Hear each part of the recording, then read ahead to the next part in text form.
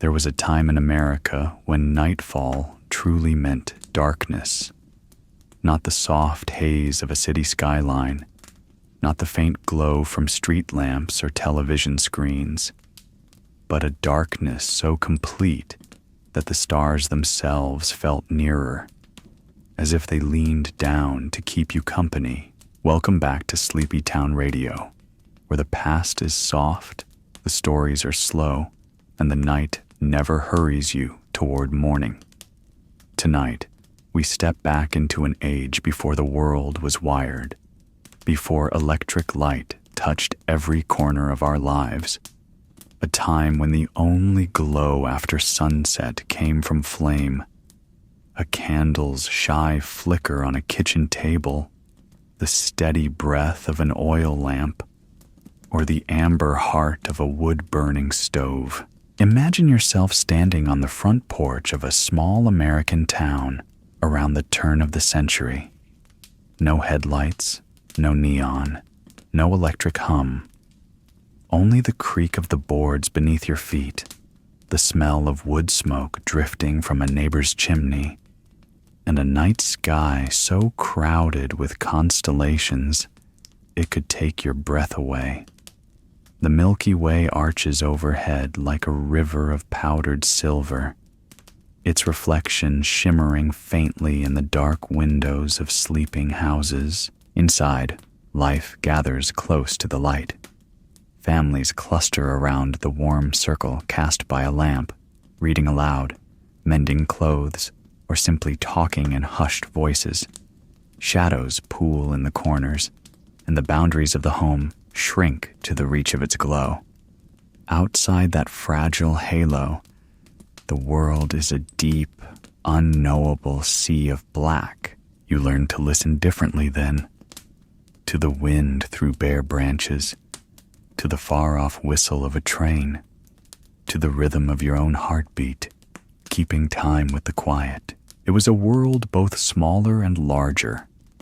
Smaller, because your evenings belonged to that one room of light. Larger, because the night beyond was wild and endless. In the absence of electricity, the dark was not something to be chased away, but something to live alongside, a companion as old as time. And so, before the bulb, there was necessity. When the sun went down, the day's labor and leisure bent to the limits of the flame. That is where our story begins. Before the arrival of electric light, nightfall meant more than just the turning of a clock. It was a boundary, soft, absolute, and final. When the sun dipped below the horizon, the day's work came to an end, not because people wished it so, but because nature had drawn its curtain. In towns and on farms, the rhythm of life was tethered to the sun. The farmer's hands would rest, tools put away in their place, and animals would settle in the quiet of the barn.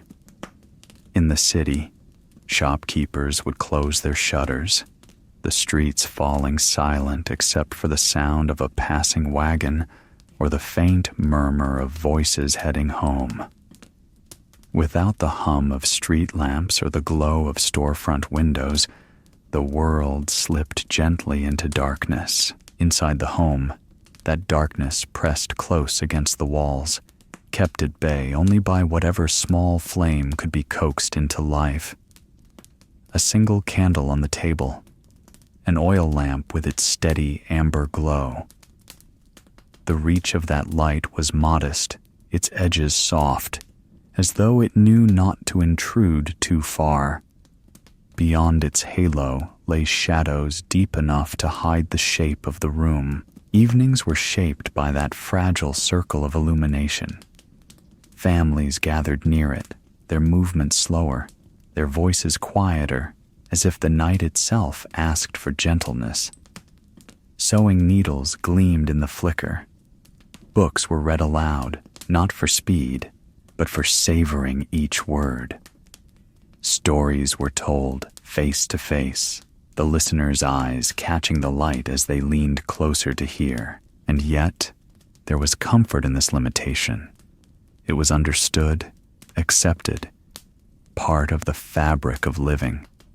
No one expected to wash clothes at midnight or write letters long into the small hours. Tasks were chosen for the light they had left. If you needed to fetch water, you did it before dusk. If you wanted to visit a neighbor, you went early enough to find your way back while you could still see the path. The darkness outside was not always feared, but it was respected. It held its own quiet rules. Children were called indoors before the last streaks of twilight faded. Travelers carried lanterns, the tiny flames bobbing like fireflies down the road. Even in familiar places, a misplaced step could mean a twisted ankle, or worse. But perhaps what stands out most to us now is the value people placed on light itself. It was not a thing to be wasted. A candle was used until its wick surrendered to the wax. Lamp oil was measured carefully, trimmed with a steady hand. Every moment of brightness came with a cost, whether in beeswax from a hive, tallow from the butcher, or kerosene hauled home from the general store. Light was a resource to be stretched, cherished, and sometimes done without. This scarcity gave the evening a different texture. There was no flooding of every corner with brightness, no reaching for a switch without thought. Instead, there was intention. You lit a lamp for a reason, and when the reason passed, you extinguished it. The rest belonged to the night. In that night, other senses awoke. You heard more. The groan of the house settling in the cold, the far-off bark of a dog, the sigh of the wind against the eaves. You smelled the faint smoke of the chimney, the lingering scent of supper, the wax of the candle melting in its holder. The darkness gave the world weight and presence, reminding you that you were part of something older and larger than yourself. It is easy, from where we stand now, to imagine this as a hardship, but for those who lived it, it was simply life. The night was a pause in the work of the day, a time to gather, to rest, to listen. It was a reminder that not all hours were meant for doing. Some were meant for simply being. And so, before the bulb, there was necessity, but also a kind of grace. The sun ruled the hours, and the flame held the darkness at arm's length, just enough to let the human story continue a little longer before the world gave itself back to the stars. Long before the quiet click of a light switch, the heartbeat of the night was measured in the steady glow of a flame. For most American homes in the 19th century, that glow came from an oil lamp or a well-worn lantern. Humble companions that were part tool, part comfort, and sometimes part danger. Oil lamps were simple things at first, nothing more than a small vessel, a wick, and a flame. In farmhouses, they might be fashioned from glass or tin, their surfaces smudged with fingerprints and years of use. In town, finer homes displayed brass or porcelain bases, the kind that caught the light even before they were lit. But no matter how plain or fine, the ritual was the same. You would trim the wick carefully, pour the oil without spilling a precious drop, and strike a match.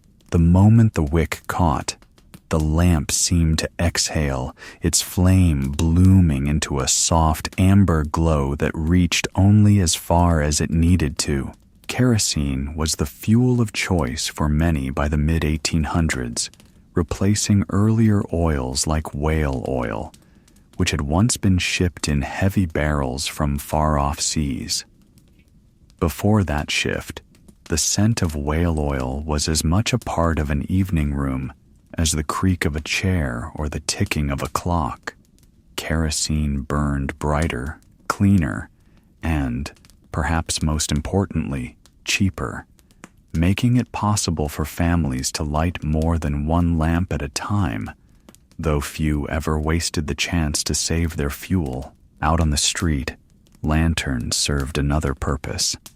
They were carried by travelers on foot, by watchmen making their rounds, and by fathers returning home late from the station. Some were made of metal with glass panes, the light flickering inside like a caged firefly. Others were simple tin with punched holes that scattered tiny constellations of light onto the ground. The sight of a lantern bobbing in the distance was a quiet reassurance. You weren't alone out there in the dark. But for all their charm, lamps and lanterns carried with them a constant whisper of risk. Kerosene could spill. A knocked-over lamp could turn a parlor into a tinderbox in seconds. Stories still survive of whole barns lost to a single forgotten lantern, or dresses catching fire from a lamp left too close.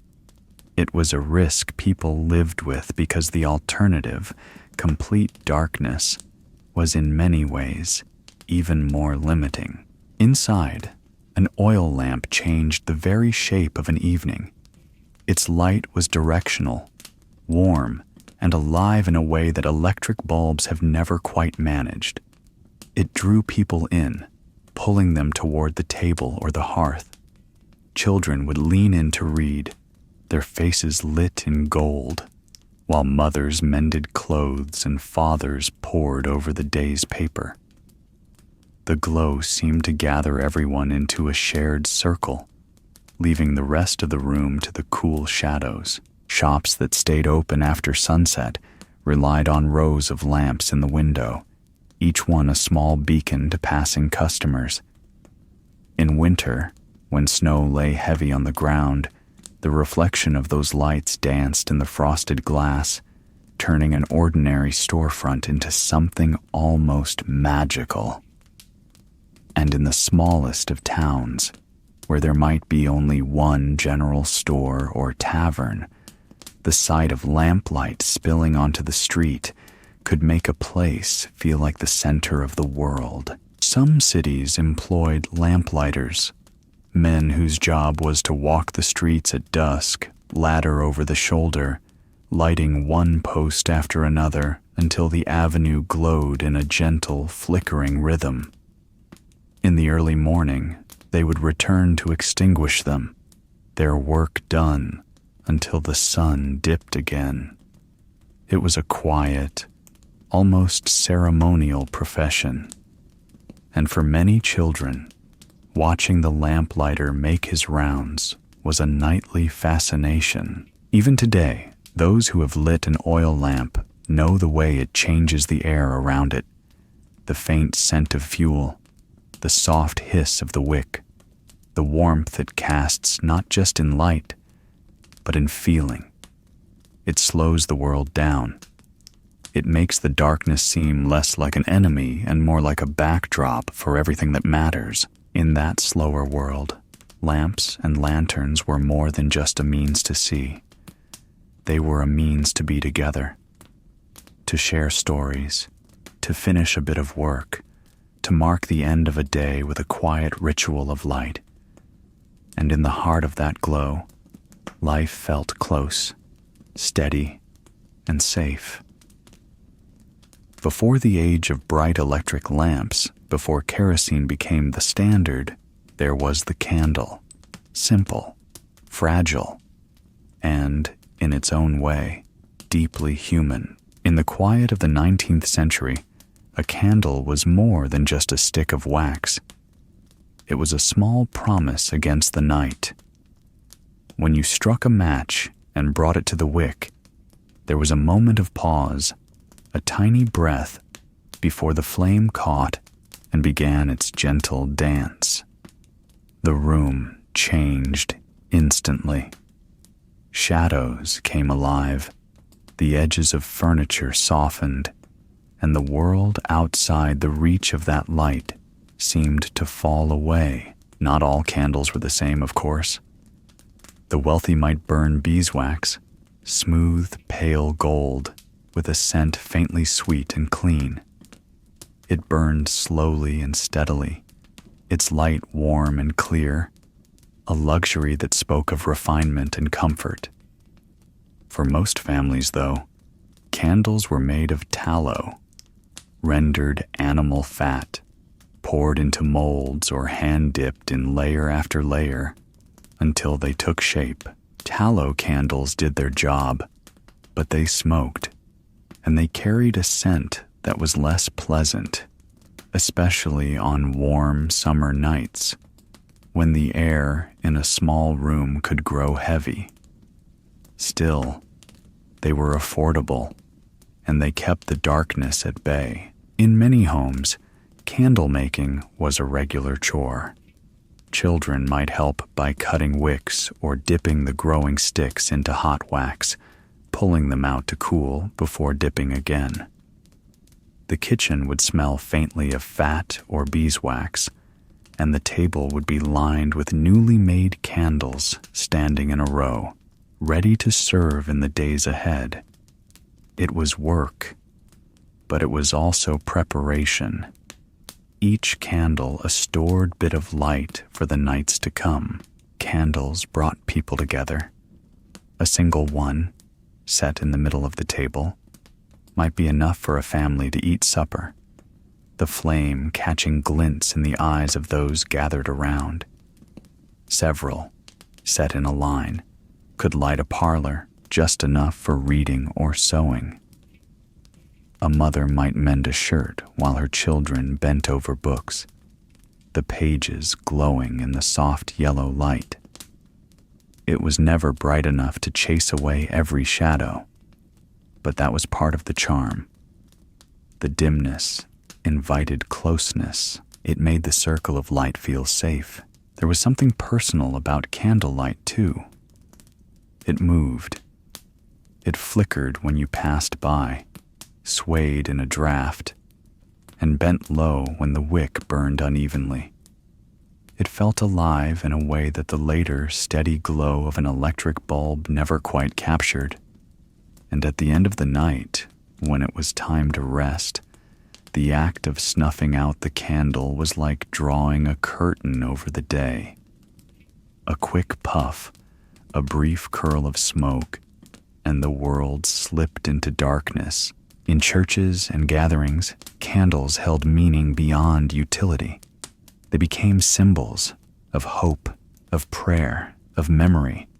A row of them on an altar could transform a cold stone room into a place that felt sacred. At weddings, at vigils, at quiet winter services, the sight of dozens of tiny flames burning together could touch the heart in a way words rarely could. But in the home, the candle's warmth was often in the small moments. Lighting one on a stormy night when the wind rattled the windows, carrying it up the narrow stairs, watching the light sway and paint the walls, setting it by the bedside to read a final chapter before sleep, the flame reflecting in a glass of water nearby. There were dangers, of course. An untended candle could be a hazard, especially in wooden houses with curtains that swayed too close. But with care, most families learned to live with the risk, placing candles in holders that caught the wax, setting them on sturdy tables, and never letting them burn too low. Today, when candles are used mostly for decoration or scent, it's easy to forget that they were once essential. They marked the difference between ending the day with the sunset and stretching it just a little longer. They offered not just light, but atmosphere, a kind of quiet companionship in the hours after dusk. In that era, to live by candlelight was to accept a slower rhythm. The world was smaller, softer, and more deliberate under its glow. And in that warm, flickering circle, surrounded by the scent of wax and the hum of the night, life felt both fragile and deeply full. In a world before electricity, light was precious.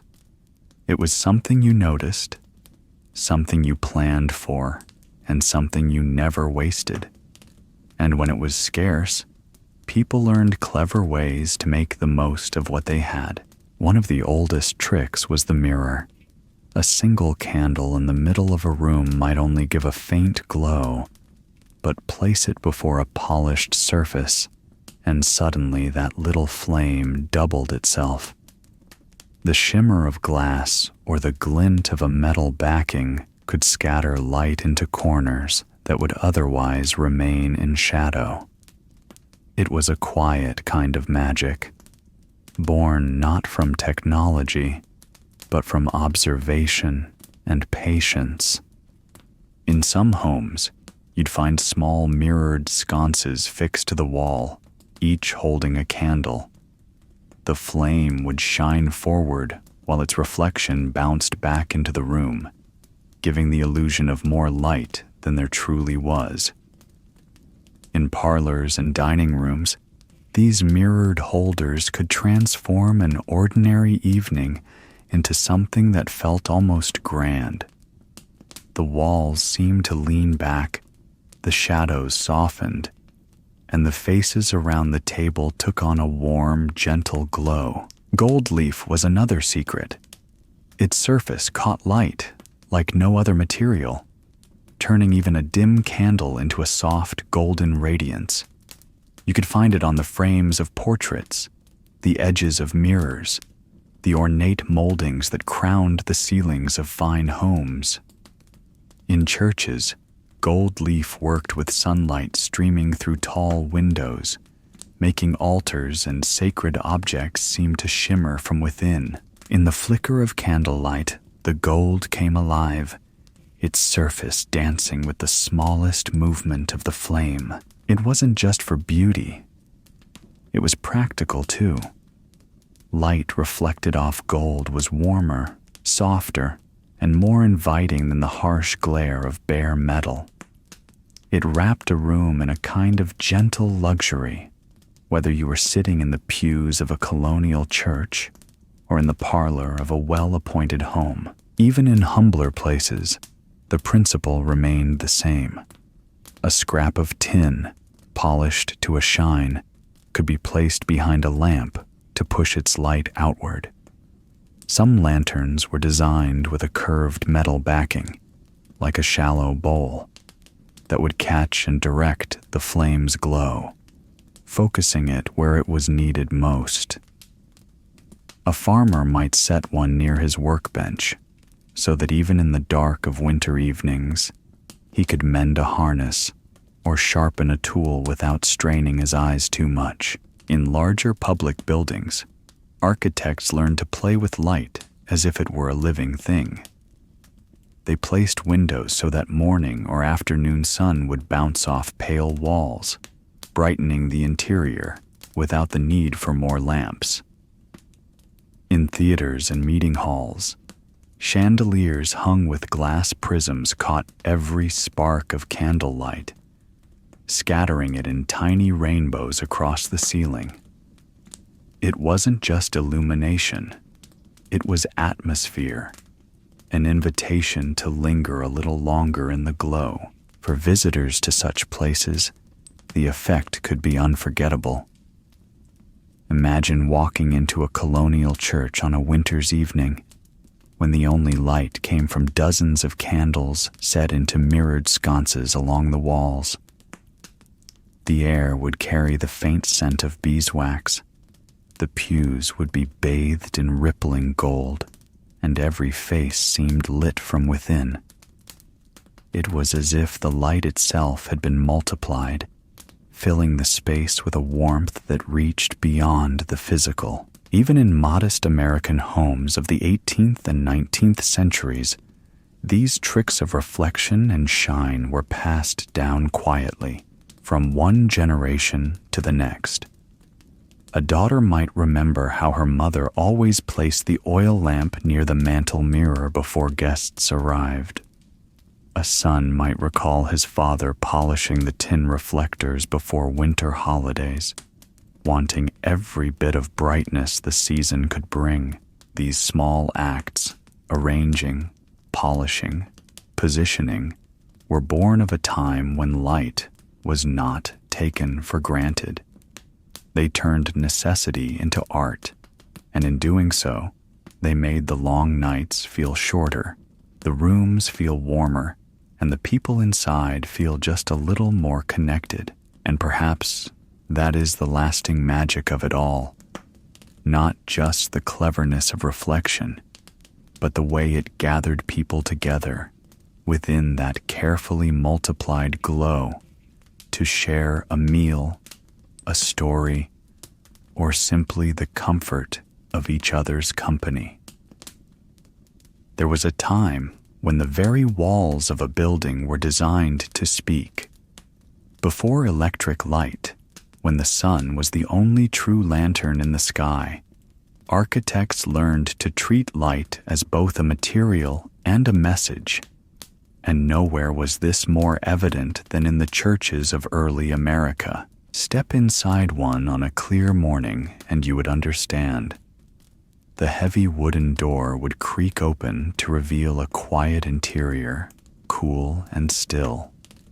The air would carry the faint scent of pine from the pews, beeswax from the altar candles, and perhaps even the earthy trace of the stone foundation beneath your feet. At first, your eyes would adjust slowly, shapes emerging from the dimness, and then, as you looked toward the front, you would see it, a shaft of sunlight, perfectly placed, pouring through a tall window. It was no accident. Long before the arrival of light bulbs, builders understood the language of the sun. They knew where it rose in summer, where it dipped in winter, and how its path shifted with the seasons. They set their windows and their walls so that, at certain hours, perhaps the dawn service on Easter morning, or the quiet moment before a Sunday sermon, light would strike the altar in a way that seemed almost divine. In some churches, this meant a warm golden glow falling directly upon the pulpit, making the words of the preacher seem lit from within. In others, it meant sunlight filtering through colored glass, scattering fragments of red, blue, and green across the worn wooden floor. Children would sometimes reach down to catch the colors in their hands, while their parents listened to the scripture being read.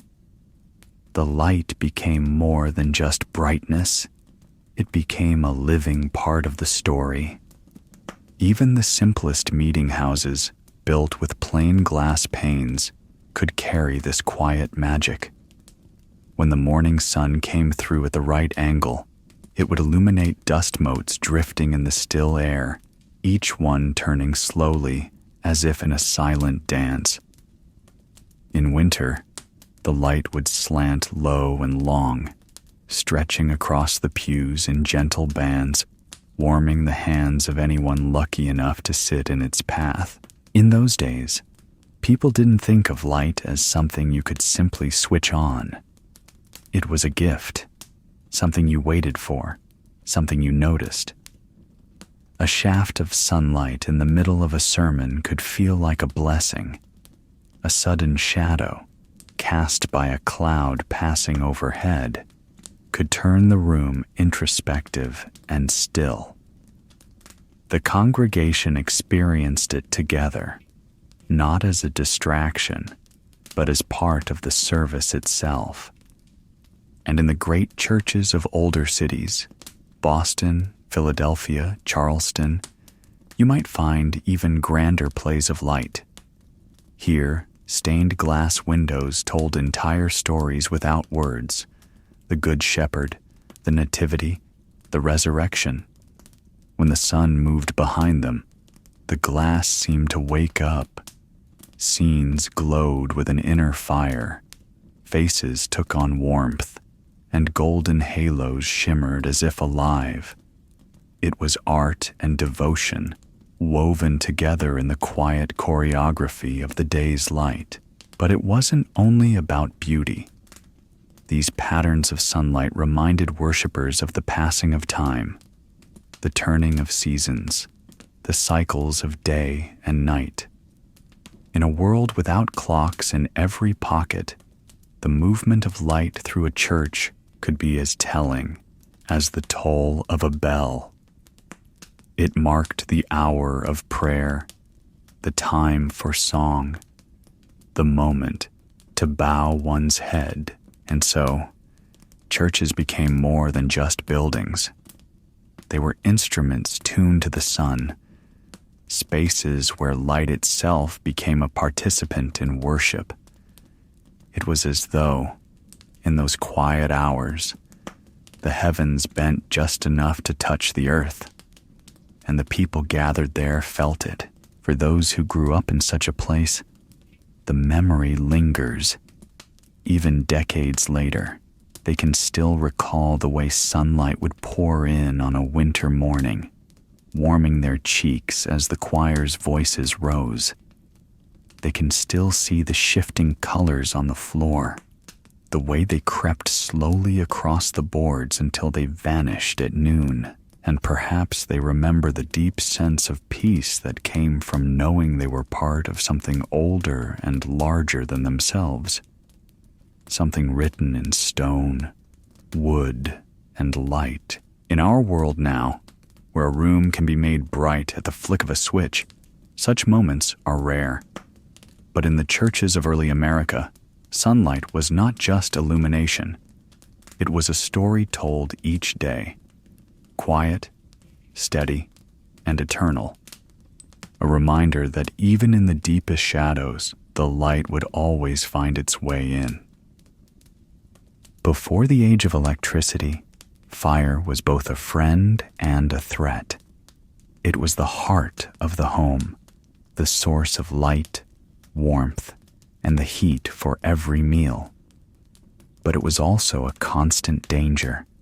A restless guest that could turn from servant to destroyer in the space of a breath. In those days, every household knew the sound of a match striking, the hiss of a lamp being lit, the soft flutter of a candle's flame. But they also knew the smell of smoke where it shouldn't be, the sudden fear when a shadow moved in the wrong way. The way voices in a room would drop when someone muttered, "Something's burning." Fires were an everyday part of life, and that meant everyone, young and old, carried a quiet awareness of how quickly they could get out of hand. One careless bump of an elbow against a candle holder, one dropped lamp on a wooden floor, and an ordinary evening could become a night of terror. Women's clothing, with its long skirts and trailing hems, was particularly at risk. A dress could brush too close to the open hearth or a taper on the mantel, and in an instant, the fabric would catch. It was why mothers warned their daughters to mind their skirts when tending the fire, and why many a seamstress quietly favored heavier, tighter weaves for work around the home. Still, the stories were there, told in hushed tones, of women who didn't have time to stop the flames before they spread. In small towns, a single house fire could mean disaster for an entire neighborhood. Houses were built close together, most made of dry timber that burned like kindling. If a blaze started on a windy night, sparks could leap from roof to roof, setting off a chain reaction that even the bravest bucket brigade couldn't stop. There were no sirens, no engines rushing to the scene. Instead, the alarm was often a bell clanging wildly, or the sound of someone pounding on doors and shouting through the streets. Neighbors would come running with pails, forming long lines from the nearest well or pump, passing water hand to hand while the flames lit up the night. Sometimes, the fire could be contained. Other times, all that was left by dawn was a blackened shell and the smell of wet ash hanging in the morning air. Inside the home, families learned to live with caution. Oil lamps were set on sturdy tables away from curtains or shelves. Candles were snuffed before anyone went to bed. Even then, accidents happened. A child might wake in the night, try to light a candle alone, and drop it. A lamp might tip during a storm when the wind rattled the windows. And in winter, when the fire in the hearth was kept burning through the night, a stray ember could pop onto the rug without anyone noticing. Towns kept their own small protections. Metal fire hooks for pulling down burning walls before they could topple, barrels of sand to smother flames, even volunteer watchmen who patrolled after dark. But the truth was simple. In a world lit by open flame, there was no such thing as complete safety, and yet, people accepted the risk because they had no choice. The light was worth it. The comfort of a fire's glow, the warmth on a cold night, the ability to see a loved one's face across the table. These were things they could not live without. So they lived with the danger, and in a way the danger made them more careful, more aware of the fragile line between security and loss. Even now, in the safety of our electrified world, there's something in that memory that lingers, the flicker of a candle at a dinner table, the way a campfire crackles under the stars. We know, in the back of our minds, that the beauty of flame is inseparable from its power to harm. For those who grew up in the years before the light bulb, that knowledge was not distant. It was part of daily life. Every match struck was a small act of trust. Every flame lit was a promise to watch over it until it was gone. And every night, as they snuffed the candles one by one, there was always that quiet sigh of relief, knowing the house would sleep in darkness, safe from the hungry reach of fire, at least until morning. In the days before electric light, night in America was not simply an absence of the sun. It was a living thing. The darkness had depth and weight, like a blanket laid over the land, and those who stepped into it felt its presence pressing close. Shadows merged with one another until the edges of streets disappeared, and the glow of a single lamp seemed like a precious island in a sea of black. Most people stayed indoors once the last candle was snuffed in the shop windows and the day's work was done. But there were always those who needed to venture out, travelers arriving late, tradesmen making deliveries, doctors answering urgent knocks. And for them, the night offered guides and guardians. In the larger towns, you might encounter a link boy, often a wiry youth, quick on his feet, holding a torch or a lantern aloft. Their job was simple: to lead you from one place to another through the darkness, lighting the way over cobblestones, avoiding puddles, and steering you clear of the trouble that sometimes lingered in the alleys.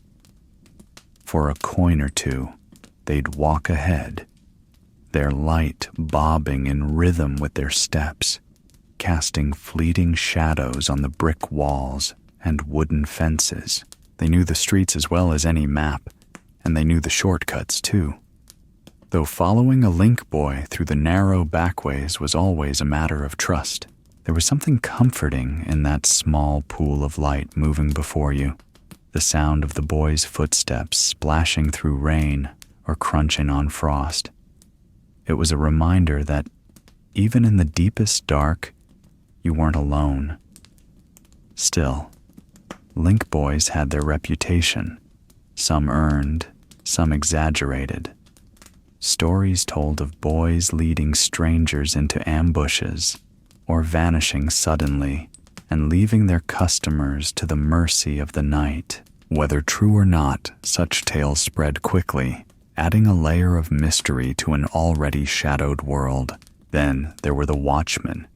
They moved slowly through the streets, carrying staves or lanterns, their boots heavy against the wooden sidewalks. Their job was to keep order, to watch for fire, for thieves, and for anything that might disturb the uneasy peace of nighttime. In some towns, they struck the hour with a shout, their voices echoing off the buildings.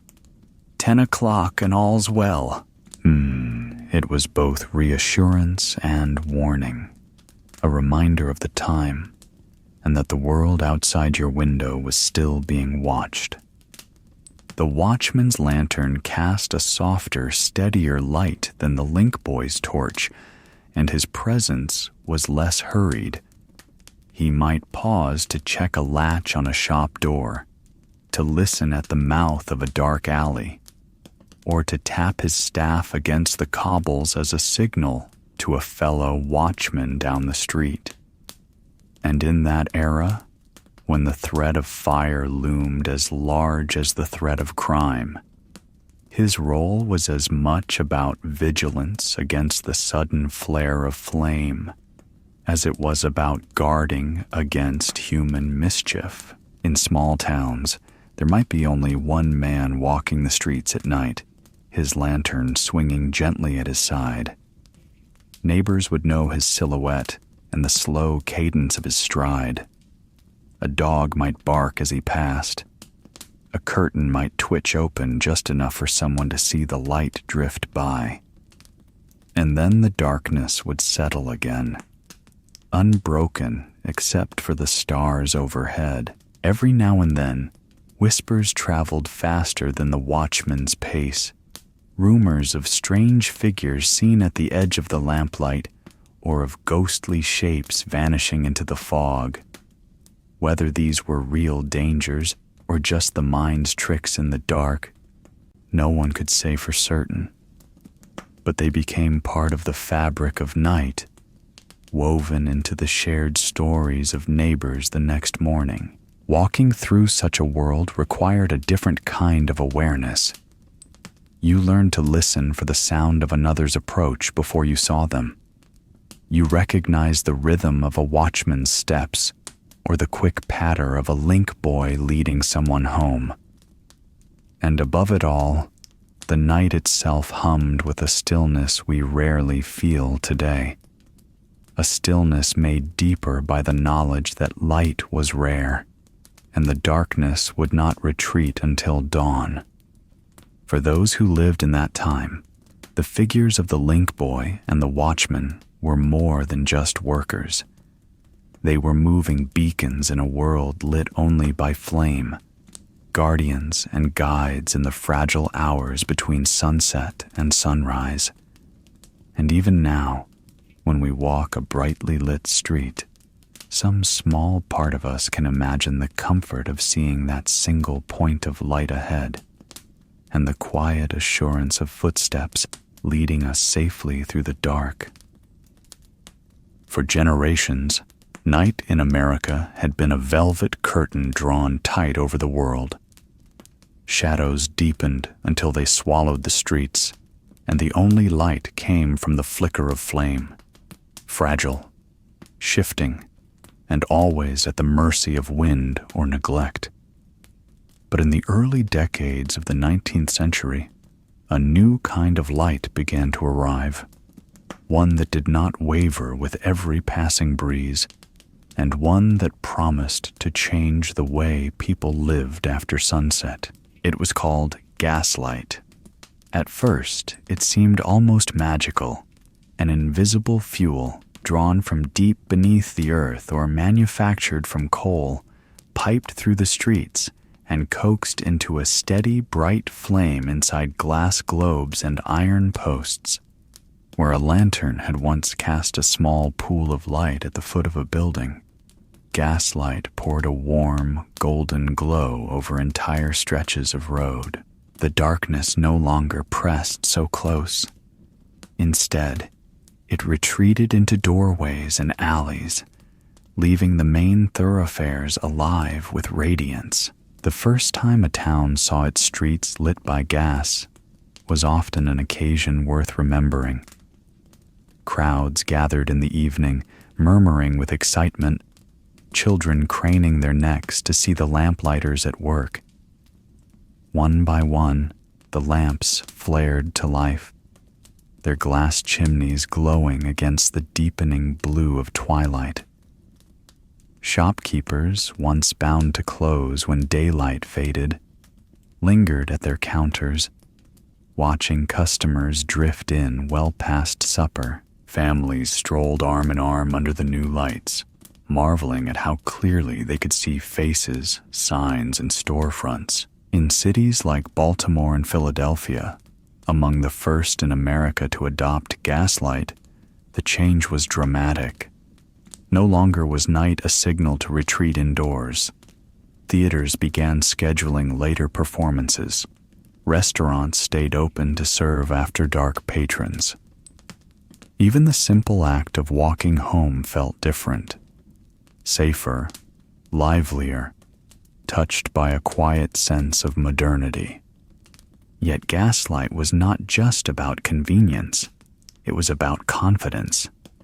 Before, a traveler might hesitate to turn down a dim lane, unsure of his footing or who might be lingering there. Now, with the steady glow of lamplight ahead, he could keep his pace and lift his head, knowing the path was clear. The light seemed to whisper a promise that the night no longer belonged entirely to the shadows.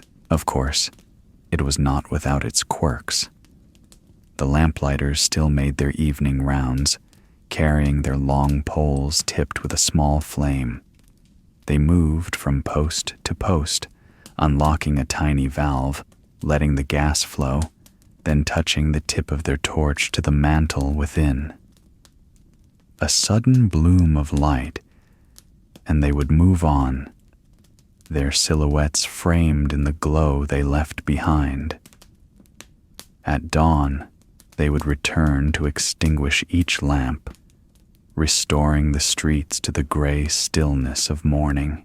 The smell of gas was distinct, a faint tang that mingled with the scent of horse manure, chimney smoke, and the dampness of the paving stones.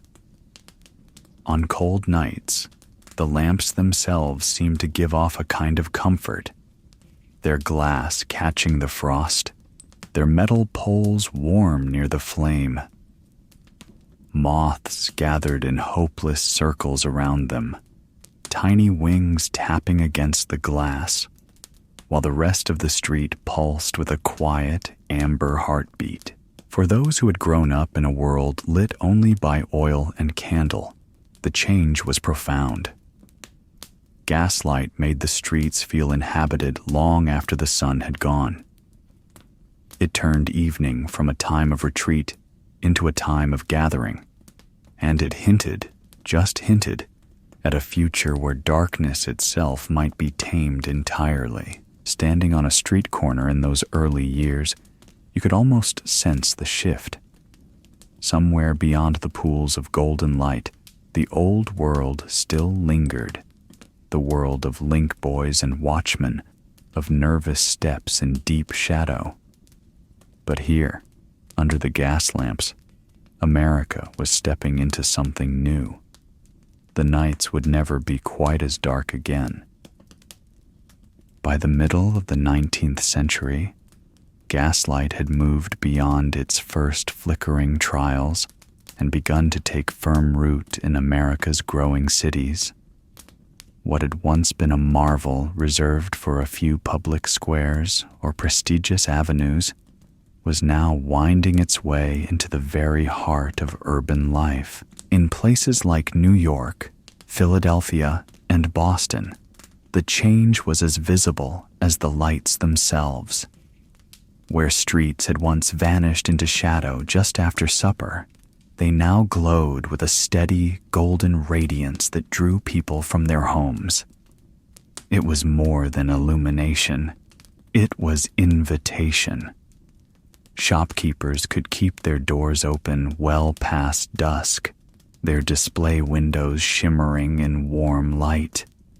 Street vendors lingered longer at their carts, calling out to late passers-by, and in the theater districts, bright clusters of gas lamps turned night into something that felt almost like day, promising an evening of music, laughter, or drama just beyond the ticket booth. The effect on the city's rhythm was immediate. Where once the working day ended with the sun, now it could stretch into the evening. Factories ran a little later, newspapers printed another edition, and social life began to spill into hours that had once been claimed by sleep. In the gaslit streets, a new kind of nightlife emerged, one filled with strolling couples, friends gathered on corners, and families taking after-dinner walks simply because they could.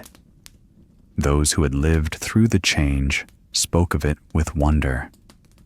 To step out onto a gaslit avenue for the first time was to feel as though the world had been expanded. The darkness no longer pressed in at the edge of your vision. Instead, there was space, room to see and be seen, to meet a neighbor halfway down the block without fear of stumbling, to recognize the smile of a friend across the street. But gaslight did more than illuminate. It transformed the very character of the city. A block lined with glowing lamps felt safer, more prosperous, more alive.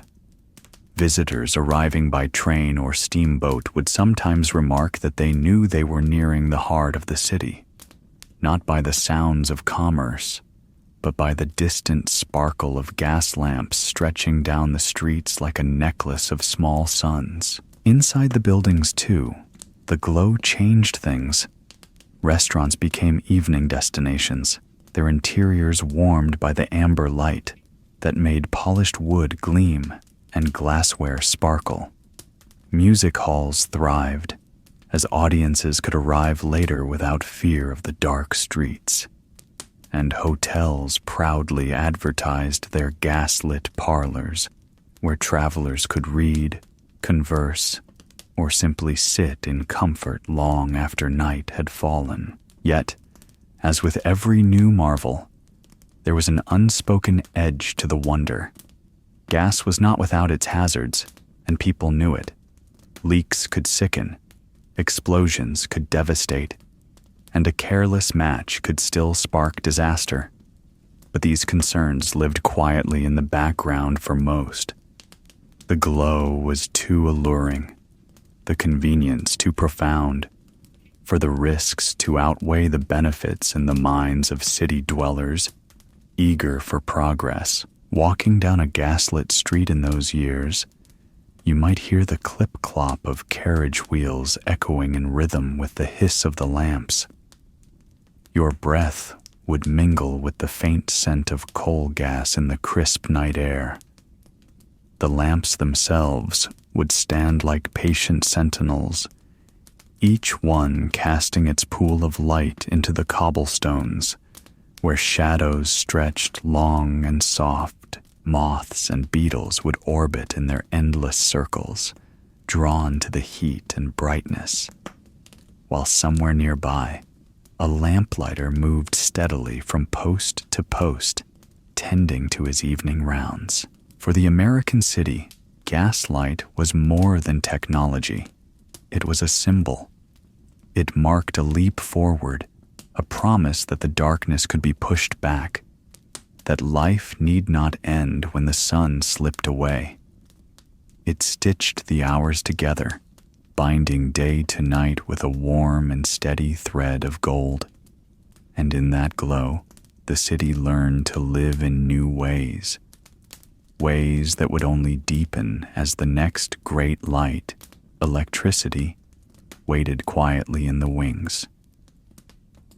For all its golden charm, the age of gaslight carried with it a shadow. That steady, hissing glow, so inviting in the shop windows and along the city streets, was born from a source that could be as treacherous as it was beautiful. People of the time knew the risks, even if they didn't always speak of them. Coal gas was invisible, and it carried a scent that could creep through a building in the still of the night. A leak could mean dizziness, nausea, even worse if no one woke in time. There were stories, quietly passed from neighbor to neighbor, of entire households who never saw the morning, the flame in their wall sconces burning a little too low, a little too blue. And then there were the explosions, a faulty pipe, a lamp left untended. It didn't take much for a spark to find its way to a pocket of gas. Some blasts were small, just enough to shatter a window and scorch the wallpaper. Others were devastating, leveling entire shops or boarding houses in an instant. Newspapers printed grim illustrations of twisted beams and smoking ruins, a sobering counterpoint to the advertisements that promise the wonders of modern light. Even without disaster, gaslight was not always gentle. The fixtures grew hot to the touch.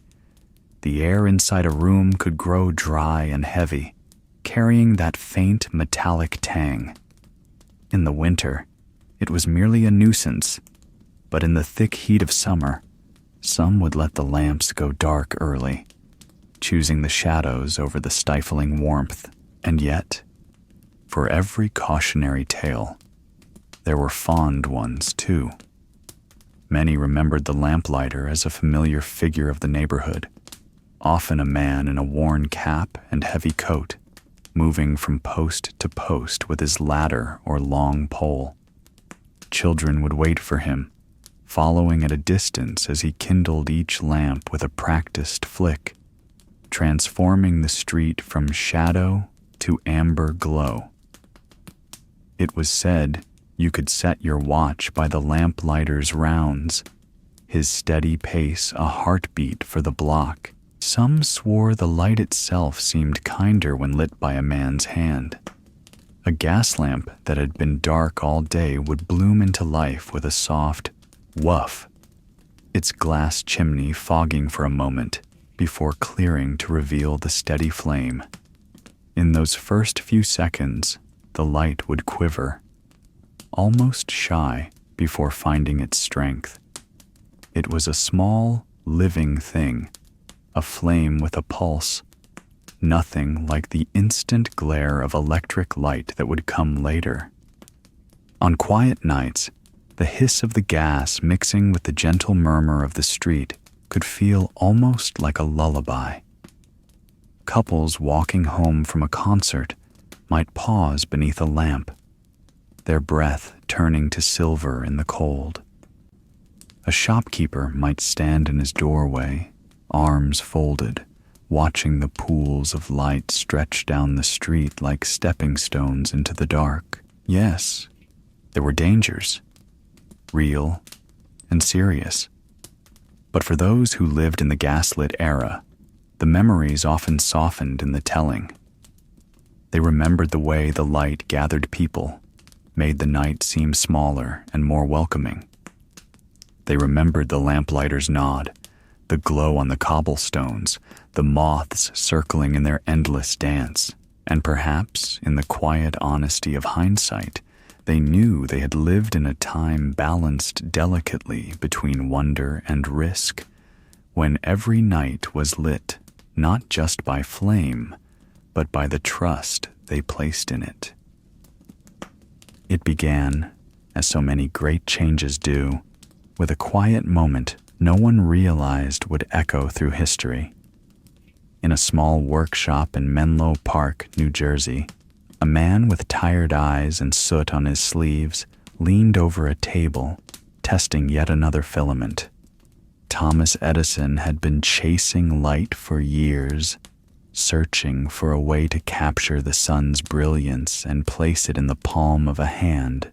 The idea of electric light wasn't entirely new. Others had tried, tinkered, and failed. But Edison was relentless. He didn't just want a flash of light in a laboratory. He wanted something practical, safe, steady, something that could live in every home. And in the autumn of 1879, after thousands of attempts, he found it. A carbonized bamboo filament, glowing soft and golden, burning for hours without fading. Word spread quickly, carried in newspapers and by the whispers of traveling salesmen. Some were skeptical. What could possibly replace the warm flicker of gaslight or the gentle dance of a flame? Others were curious, eager to see this strange, new, incandescent glow for themselves. The first public demonstrations drew crowds. In the dark of evening, people gathered along the street, craning their necks as buildings suddenly bloomed with light. Not the wavering amber pools they were used to, but a steady, white radiance that seemed to chase away every shadow. It was brighter, cleaner, and quiet. No hiss of gas, no scent of oil. Just light. For those who witnessed it, the memory stayed sharp. Imagine stepping into a parlor that had always been lit by a few dim lamps. The air no longer thick with heat or faint fumes, the corners no longer fading into darkness. The wallpaper's colors seemed richer, the faces of friends and family clearer. The smallest details, a thread in a hem, the lettering on a book's spine, suddenly stood out. It was as though the room had been holding its breath for centuries, and now it exhaled. Of course, change came slowly. Wiring was expensive, and only the wealthiest homes could afford it at first. But in the cities, where electric plants began to hum and spark, certain streets glowed like daylight even at midnight. Shopkeepers discovered they could keep their doors open later. Theaters gleamed, their marquees drawing people in from blocks away. Factories began running longer hours, no longer ruled by the sun's rise and fall. And in homes lucky enough to have a switch on the wall, there was a new kind of evening ritual. A hand would reach out, fingers brushing cool porcelain, and with a click, light. Instant, effortless, and astonishing every single time. Children would giggle, flicking it off and on again, unable to believe that such a thing was real. Older generations, raised on candles and lamps, sometimes hesitated, almost reverent, before they dared to touch it. There was wonder, yes, but also unease. The light was constant, almost too perfect. Some missed the flicker, the warmth of a living flame, yet most agreed that this was the future, that the world was stepping into an age where darkness would never again have quite the same hold. In the glow of Edison's invention, America's nights began to change. Streets grew safer, homes brighter, lives busier. It was the start of a revolution, not just in technology, but in the way people moved through their days and their nights. And though the decades would bring bigger, brighter, more efficient lights, many would remember those first electric evenings with a sense of awe. The way the shadows retreated, the way the world seemed suddenly new, the way a single switch could turn night into day. In the years that followed Edison's first glowing bulb, electricity began to slip quietly into American life, not with an explosion, but like the slow lifting of dawn. At first, only the great cities felt its glow. New York, Chicago, Boston, places where power plants were built and wires crept along rooftops, were the first to see streets that stayed bright long after sunset. In these early days, the electric light was still something of a marvel, a luxury reserved for the wealthy or the well-connected. City department stores boasted of their new, brilliantly lit windows, keeping them illuminated into the evening so passers-by could linger and admire the displays. Hotels proudly advertised electric service in the newspapers, as though it were as important as fine dining or grand architecture. But just beyond those glowing city blocks lay neighborhoods still cloaked in the soft, uneven light of gas lamps and oil lanterns.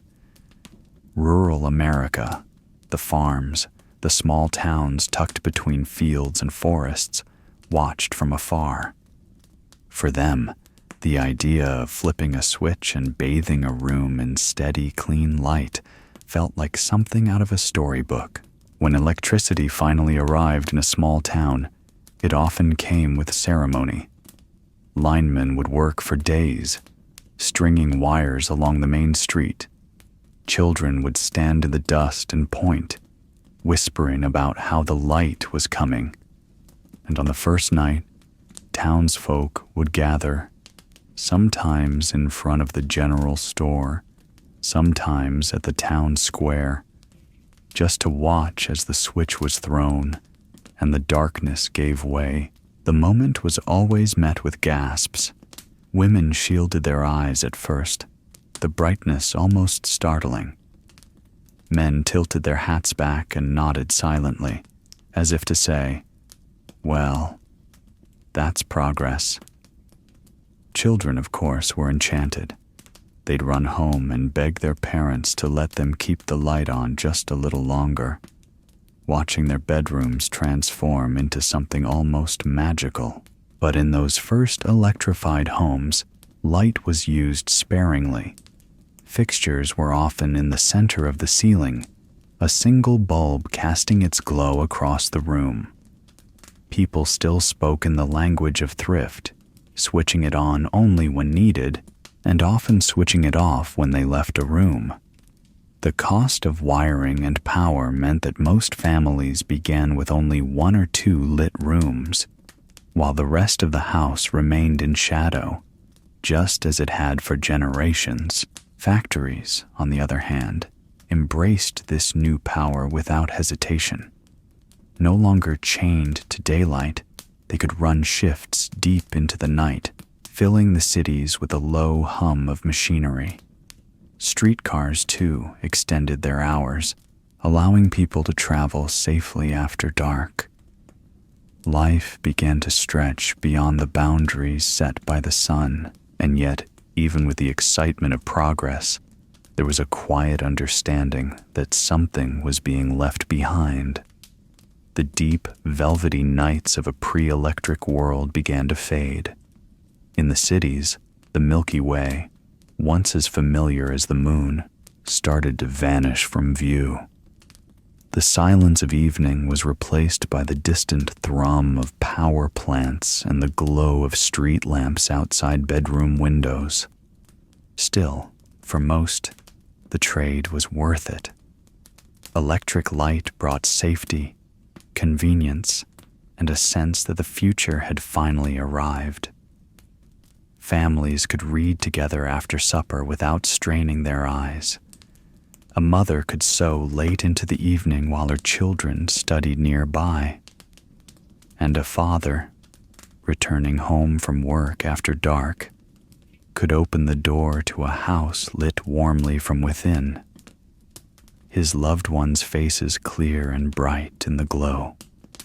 In those first decades, electricity was more than just a utility. It was a symbol, a sign that a home, a town, A nation was moving forward, and while rural America would wait decades more for its arrival, the seed had been planted. The night was no longer absolute. The world, for better or for worse, had begun to change. Before electricity, the rhythm of life was set not by a clock on the wall, but by the slow, dependable arc of the sun across the sky. Each day began when the first pale light touched the horizon and ended not long after it slipped away. The rising and setting of the sun wasn't just a backdrop to daily life. It was the master of it. In the countryside, a rooster's call was as good as any alarm. Farmers rose before dawn, pulling on boots still cool from the night air, stepping into fields silvered with dew. The day's work unfolded in step with the daylight, plowing, planting, tending animals, tasks that had to be finished before darkness returned. Without electric lights, there was no second shift, no bright lamp to stretch the hours. Work ended when shadows lengthened, and night was a time for rest. Inside the home, the glow of firelight or a small oil lamp marked the limits of the evening. Supper was eaten early, dishes washed while there was still a trace of daylight at the windows. Families often gathered in a single room, drawn to the warmth and light of the hearth. Sewing, mending, reading. These were done with eyes close to the flame, hands working slowly, aware of the preciousness of each flicker. Sleep itself followed a pattern unfamiliar to many today. Historians call it segmented sleep, and it made perfect sense in a world without electric light. People would go to bed not long after sunset, sleeping for 4 or 5 hours before waking quietly in the middle of the night. This watch time, sometimes lasting an hour or more, was a calm, private interval. Some prayed, others read by candlelight, or tended the fire, or simply sat in thought, listening to the stillness outside. Then, as the body grew heavy again, they returned to bed for their second sleep, waking at dawn refreshed. In towns, the pattern wasn't so different, though the streets might stay lively a bit longer. A few lanterns lit shop windows, and neighbors might visit one another after supper, walking home by moonlight. But when darkness thickened and lamps were extinguished, the quiet settled in like a blanket. The world belonged to the night watchman making his rounds, to the soft rustle of leaves, to the far-off bark of a dog. This way of living bound people more closely to the natural world. The shifting of the seasons was felt not just in the air or in the fields, but in the very shape of the day. In summer, the light lingered, and evenings stretched with conversation on the porch, or children chasing fireflies in the grass. In winter, darkness came early, pulling families indoors, the night longer and sleep deeper. Time itself seemed slower. Without bright light to banish the night, there was no illusion that hours could be bent or borrowed.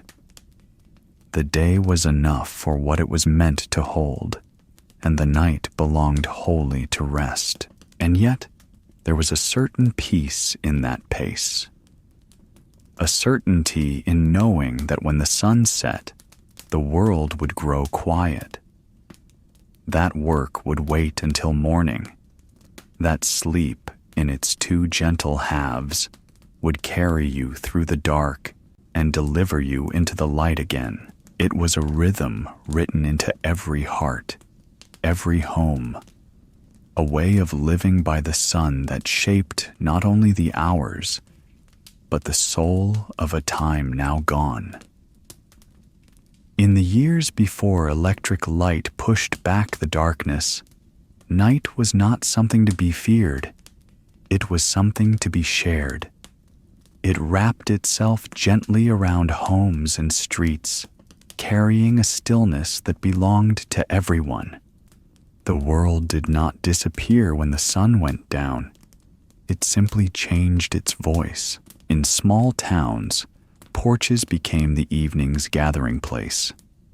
The day's work done, families stepped outside into the cool air, settling into rocking chairs or leaning against railings still warm from the afternoon sun. Neighbors called out from across the street, their voices carrying easily in the calm. Children played tag in the last pale glow before the stars took over, their laughter rising like sparks into the night. And then, as darkness deepened, the sky became the true centerpiece of the evening. Without street lamps or neon signs, the heavens revealed themselves in a way almost unimaginable today. The Milky Way arched overhead in a shimmering river of light, each star so sharp and bright, it seemed you could reach out and pluck it from the air. The moon cast soft silver shadows across dirt roads and open fields. Fireflies blinked in the grass, mirroring the constellations above. It was common for children to lie back in the yard, hands folded behind their heads, listening as parents or grandparents pointed out Orion, the Big Dipper, or a streaking comet. These weren't rushed lessons. They were quiet moments of connection, with the smell of fresh-cut hay or wood smoke drifting on the breeze. Stories would emerge, tales of sailors navigating by starlight, or ancient myths explaining why the constellations had their shapes. The sky was both a map and a storyteller. Even in town, where houses stood closer together, people found ways to keep the night alive.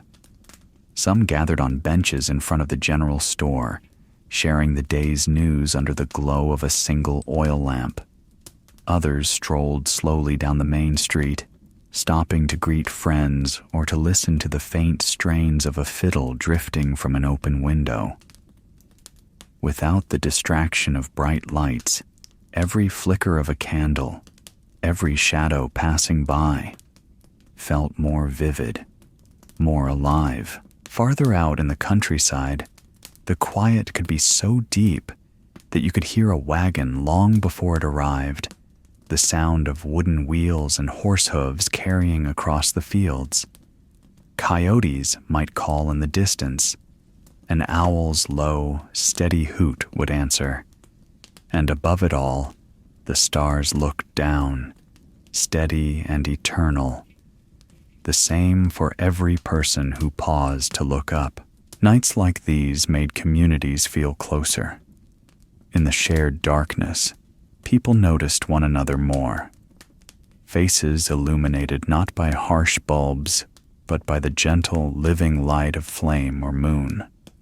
Time seemed to stretch in those hours, not in boredom, but in a fullness that allowed conversations to wander and silences to be comfortable.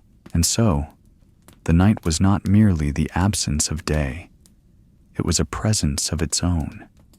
It carried the hum of crickets, the hush of sleeping houses, and the slow turning of the earth beneath a cathedral of stars. It was a time for neighbors to linger, for children to dream, and for every soul to remember its place in a vast and beautiful world.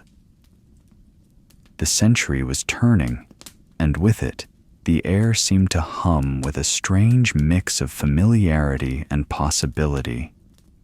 America still wore much of the old century's clothing.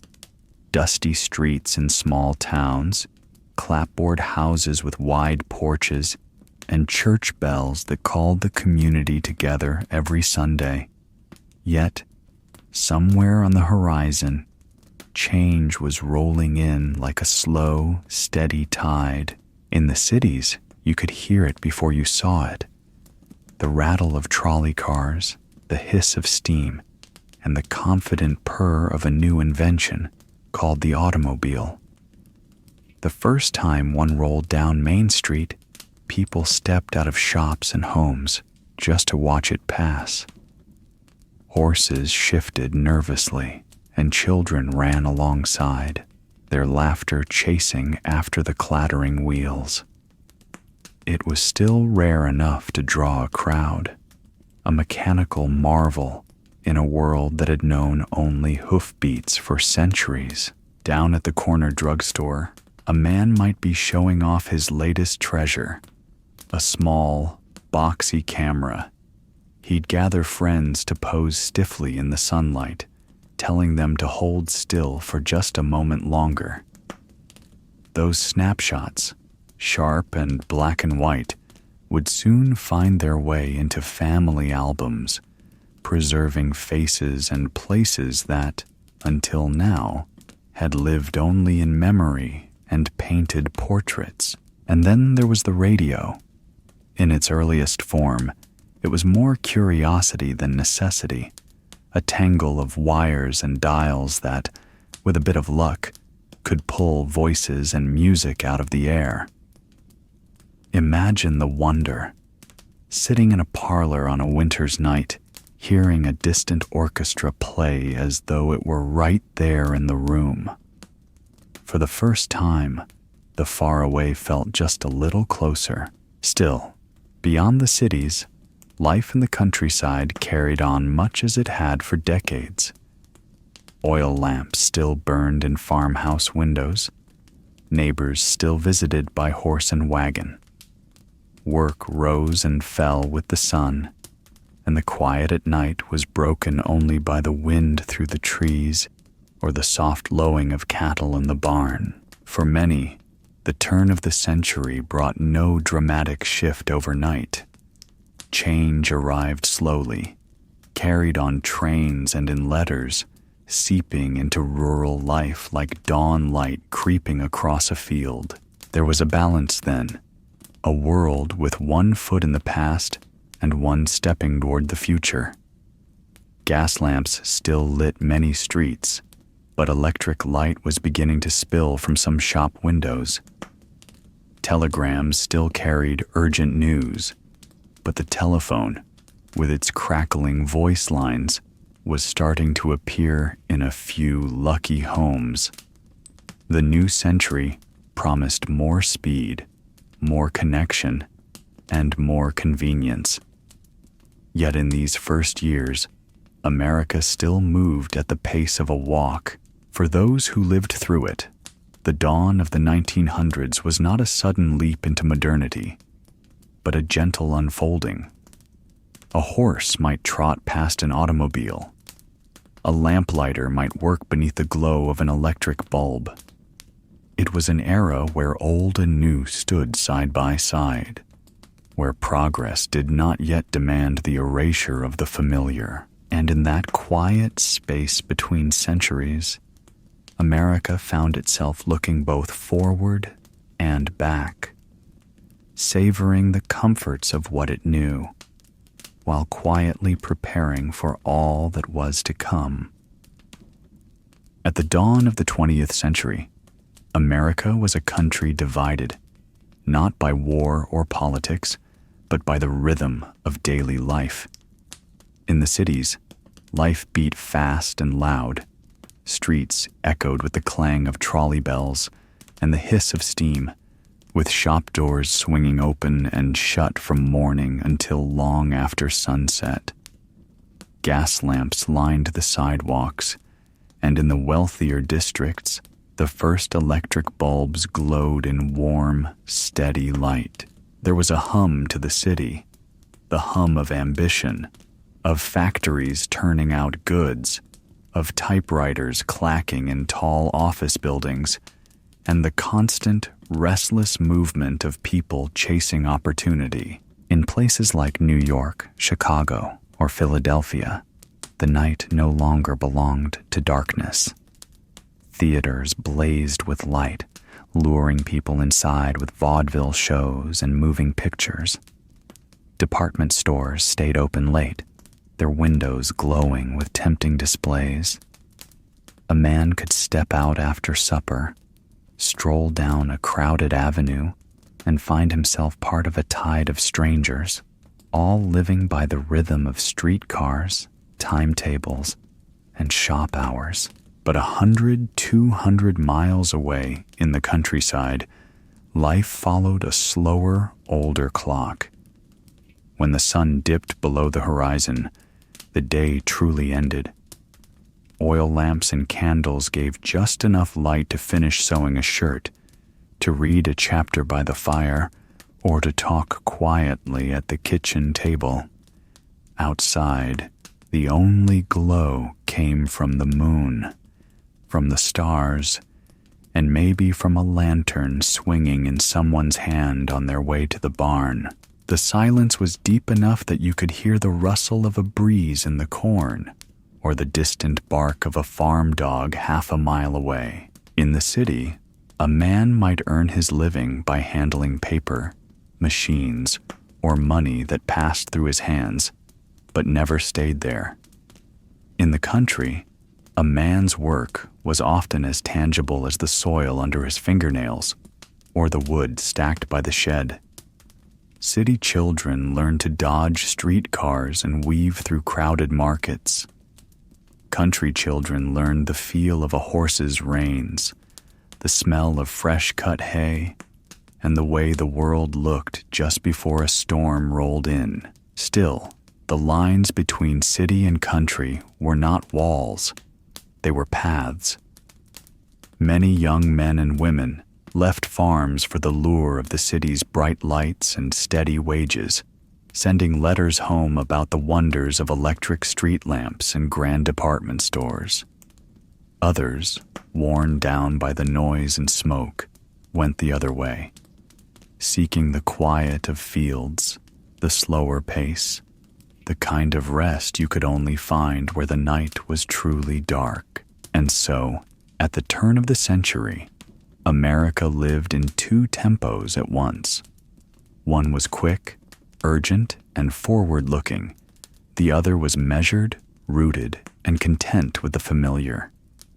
Yet whether you were walking under the glow of gaslight in a bustling avenue, or beneath a sky thick with stars on a country lane, you were still part of the same young nation, a place standing with one foot in the old century, and the other stepping boldly into the new. At the turn of the century, America was a land of contrasts, a place of dazzling new inventions and stubborn old struggles.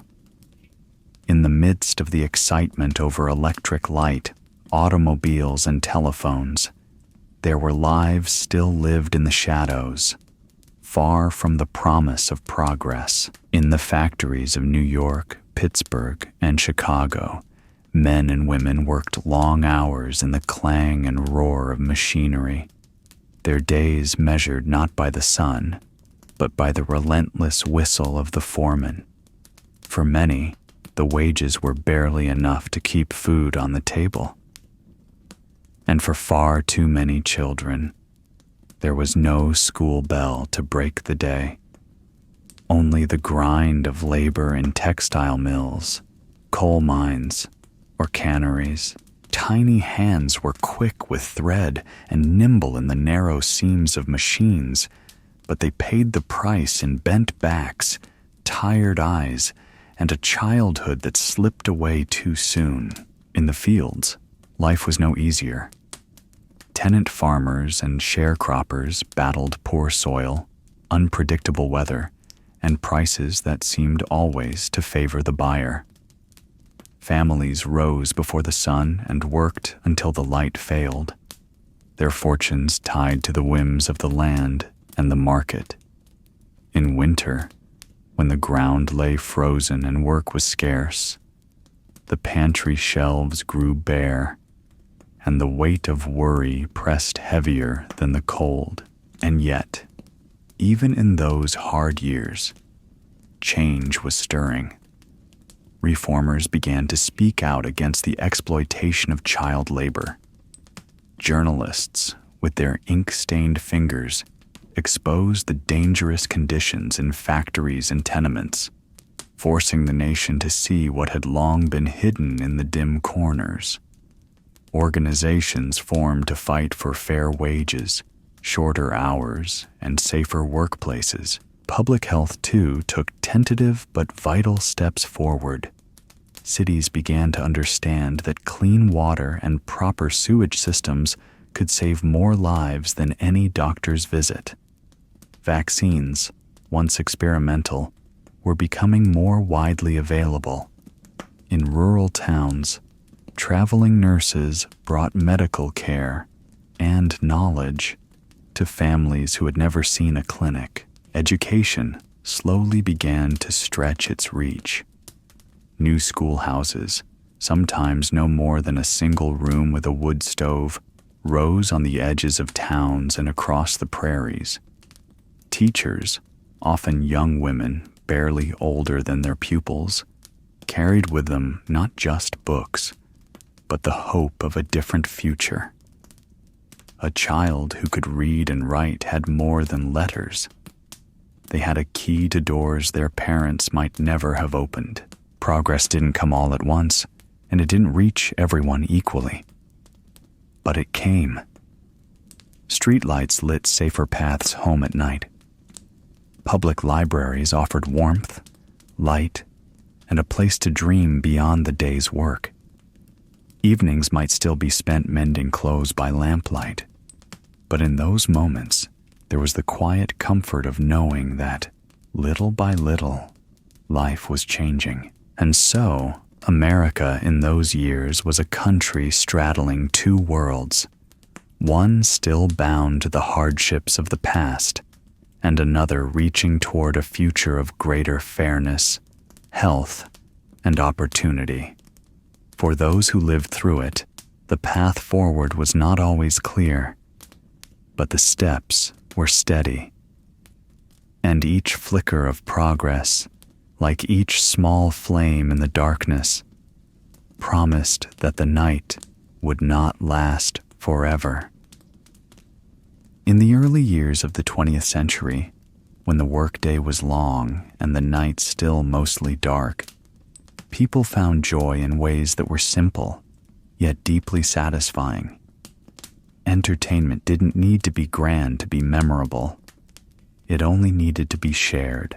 In bustling cities, Coney Island was the very picture of wonder.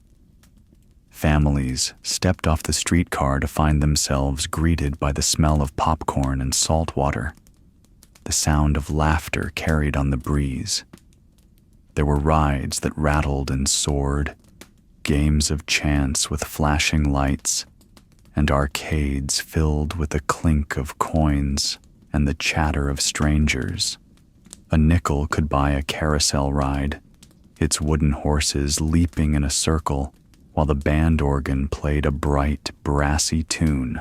For many, these moments, brief and shining, were the stuff of treasured memories. Music was everywhere. Ragtime tunes spilled from open windows of dance halls and parlor pianos. Young couples learned the steps to the latest dances, the syncopated rhythms giving life to tired feet. Even those who could not play an instrument might gather around a Victrola, the polished wood cabinet glowing in the lamplight, as the scratch of the record spun out a song that made the whole room feel alive. Baseball, already called the national pastime, drew crowds to local ballparks. On a Saturday afternoon, you could find men in flat caps leaning over the wooden bleachers, cheering as a batter connected with a solid crack. Children chased foul balls down dusty sidelines, their faces glowing with pride when they returned one to the field. It didn't matter if it was a major league game in a big city or a sandlot match in a small town. Baseball belonged to everyone.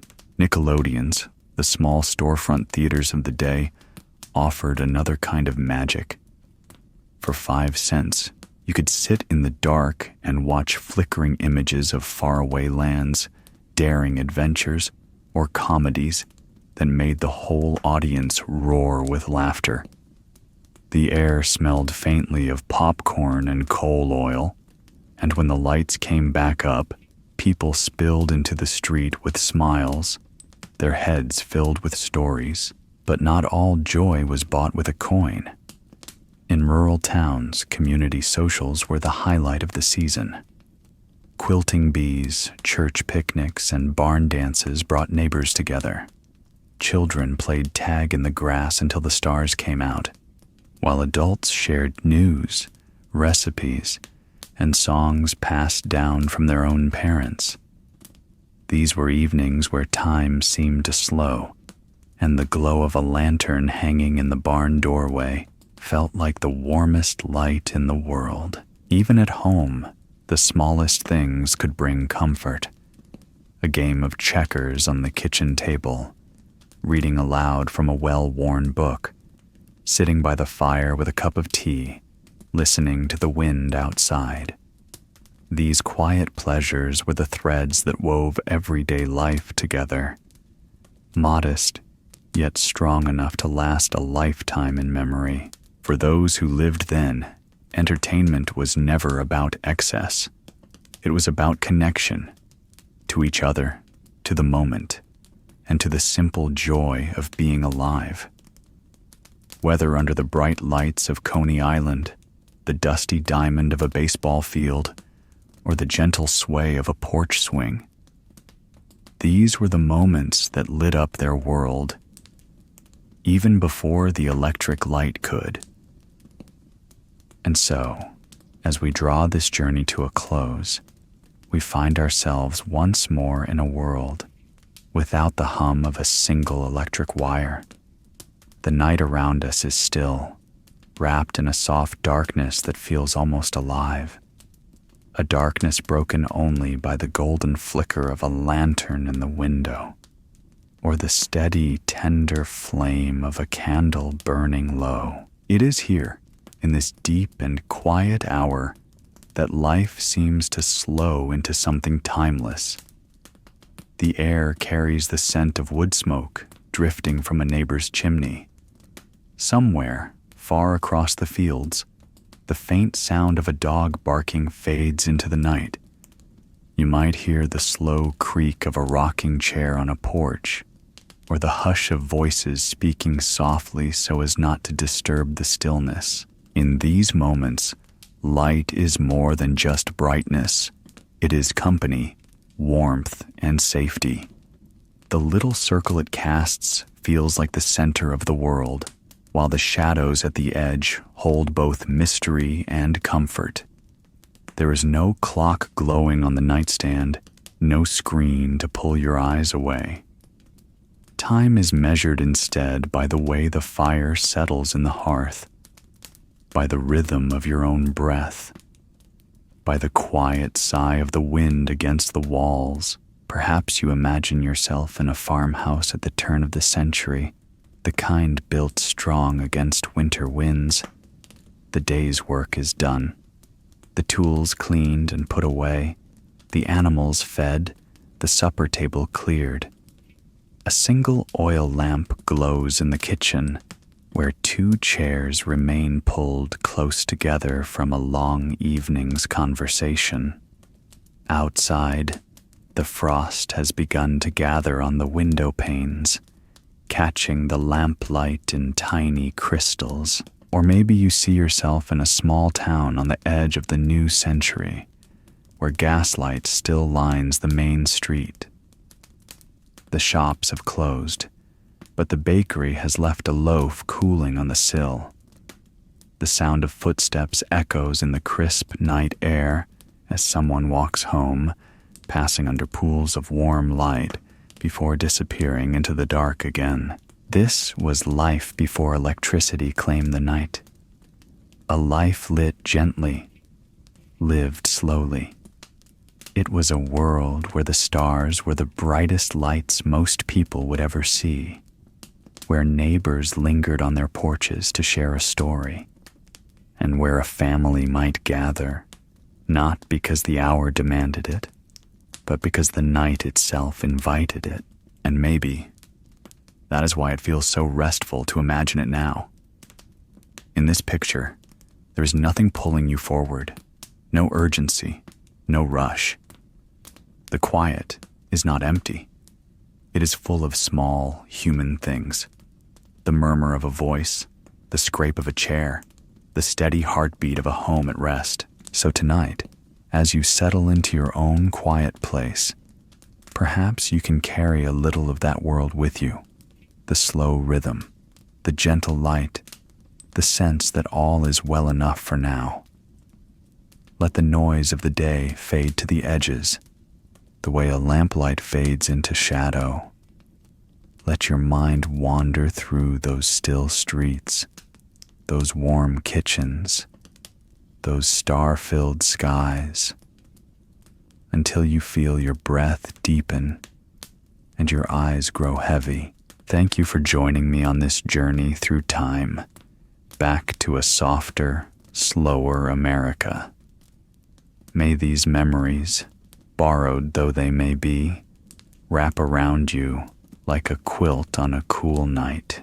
Until we meet again, I wish you rest, I wish you peace, and I wish you the sweetest of dreams. Good night.